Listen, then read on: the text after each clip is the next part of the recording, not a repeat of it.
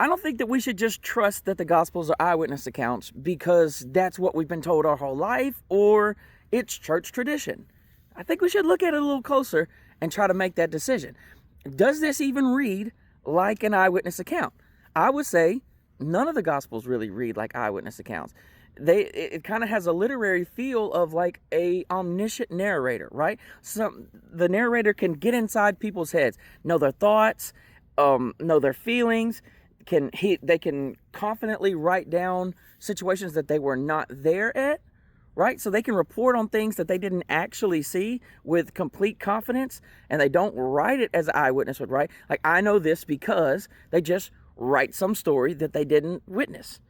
Because there is stories that, like, let's say someone like Matthew, because you got to think, only Matthew and John could have been eyewitnesses, even according to tradition. Mark and Luke never claimed to be eyewitnesses at all. And so if we narrow it down to like someone like Matthew, who was supposedly the tax collector and disciple that writes Matthew, which I highly doubt, but we'll keep going. There's things that he writes about that he couldn't have witnessed, right? The birth narrative definitely couldn't have witnessed that, right? Where did he get that information from? Then there's the private meeting with Herod and during the birth narrative, where after the wise men leave, it's like, how do we get the inner workings of King Herod's the Great's court? Like, how, right? Then you have Jesus out in the desert, right? He's battling Satan, and yet somehow we have word for word accounts of this. So did Satan tell Matthew what happened? Probably not.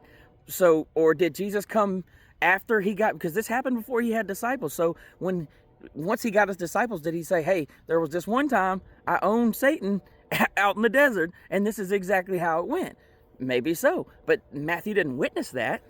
And you got to think, there's the Garden of Gethsemane where Jesus is praying, and the disciples are literally asleep. They're asleep.